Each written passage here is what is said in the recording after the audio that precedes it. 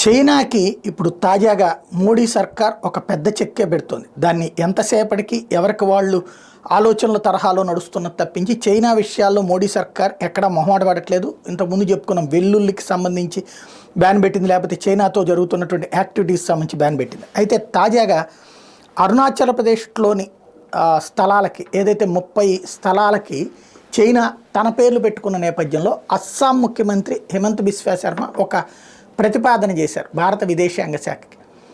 Tibet అనేటువంటిది China గతంలో ఆక్రమించుకున్న ప్రాంతం. అప్పటి ప్రధానమంత్రి జవహర్లాల్ నెహ్రూ చైనాకి సహకరించి చైనా వాళ్ళు గాయపడ్డారు. అసలు వాస్తవంగా టిబెట్ సైన్యం చాలా పవర్ఫుల్గా ఉండేది. ఆ సైన్యంతో తట్టుకోలేక రక్తాలు ఒడ్డేవాళ్ళు అప్పుడు ఉన్నటువంటి చైనా వాళ్ళు. ఆ టైంలో వాళ్ళకి సెక్యూరిటీ ఇచ్చి వాళ్ళకి కావాల్సినటువంటి ఆహారం అది ఏర్పాటు చేసింది భారత సైన్యం, భారత విదేశాంగ శాఖ. ఆ విధంగా కోలుకుని చివరికి టిబెట్ని ఆక్రమించుకుని ఆ టిబెట్ ద్వారా